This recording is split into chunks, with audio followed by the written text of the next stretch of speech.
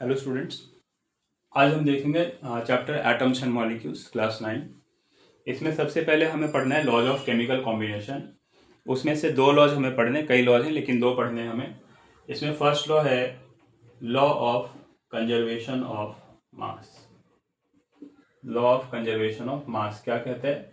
इस लॉ के according mass can neither be created not destroyed in a chemical reaction. आप कोई भी केमिकल रिएक्शन करवाते हैं तो उसमें मास को हम क्रिएट या डिस्ट्रॉय नहीं कर सकते। सिर्फ मैटर का फॉर्म चेंज होता है, वो एक फॉर्म से दूसरे फॉर्म में जाते हैं। हम मैटर को क्रिएट या डिस्ट्रॉय नहीं कर सकते। ठीक है, जैसे इसका एग्जांपल हम समझ सकते हैं कि अगर कार्बन का 3 ग्राम ले लें हम और इसे ऑक्सीजन में बर्न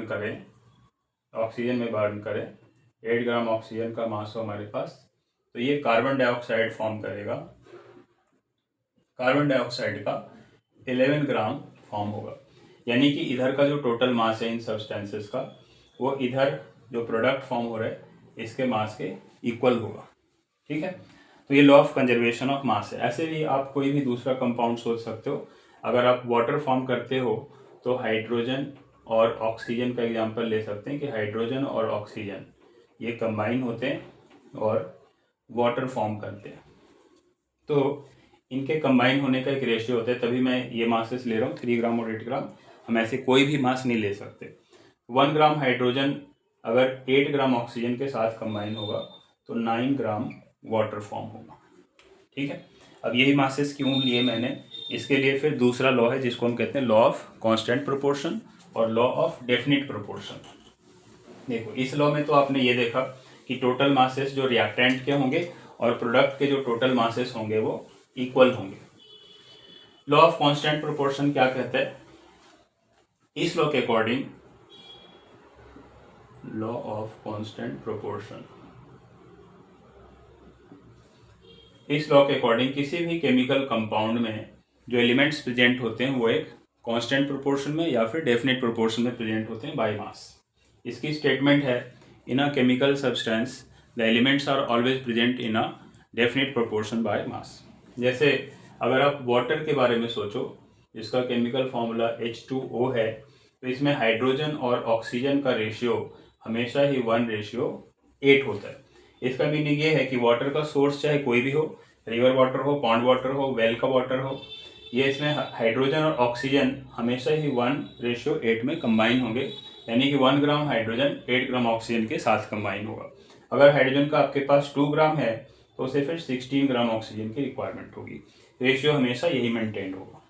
ऐसे ही दूसरा कंपाउंड हम सोच सकते हैं, जो अभी मैंने एग्जाम्पल लिया था कार्बन डाइऑक्साइड का। कार्बन डाइऑक्साइड में कार्बन और ऑक्सीजन का रेशियो हमेशा ये होता है 3:8। इसी रेशियो में ये कंबाइन होते हैं, यानी कि 3 ग्राम कार्बन को हमेशा 8 ग्राम ऑक्सीजन की रिक्वायरमेंट होगी कार्बन डाइऑक्साइड के फॉर्मेशन के लिए। अगर आप इसे कुछ चेंज करते हो तो इसके मल्टीपल्स में बढ़ेंगे। अगर 6 ग्राम है ये, तो ये भी 16 ग्राम होगा। अगर ये 1.5 ग्राम हो गया तो ये भी 4 ग्राम होगा। हमेशा ये रेशियो मेंटेन रहेगा, इनका 3:8 हो जाएगा। नेक्स्ट टॉपिक है पढ़ना हमें डाल्टन्स एटॉमिक थ्योरी। देखो, डाल्टन ने एटम्स के बारे में बहुत सारी चीजें बताई।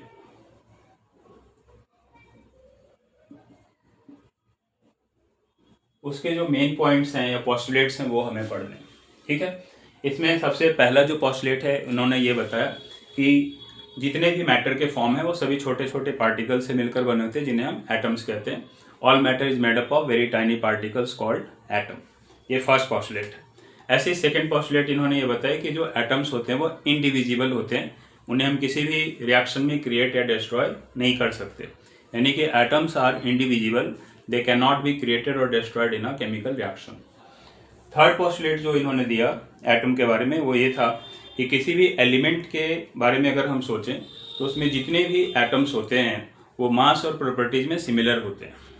इसे हम कैसे बोल सकते हैं कि atoms of a given element are identical in mass and chemical properties. Atoms of a given element are identical in mass and chemical properties. इसका मीनिंग ये हुआ कि अगर आप कॉपर का कोई पीस लेते हो तो उसमें सारे एटम्स कॉपर के ही होंगे, दूसरा कोई भी एटम प्रेजेंट नहीं होगा। उसकी जगह अगर आप आयरन का पीस लेते हो तो आयरन के जो एटम्स होंगे वो अलग तरीके के होंगे लेकिन आपस में सारे सेम होंगे, यानी कि कॉपर के एटम से ये डिफरेंट दिखेंगे। ठीक है, तो डिफरेंट किस वे में होंगे? मास और प्रॉपर्टीज में। तो थर्ड पोस्टुलेट आपका यही था, atoms of a given element are identical in mass and properties. लेकिन फोर्थ पोस्टुलेट क्या कहते हैं कि एटम्स ऑफ डिफरेंट एलिमेंट्स, यानी कि कॉपर और आयरन के जो एटम्स होंगे वो मास और प्रॉपर्टीज में डिफरेंट होंगे।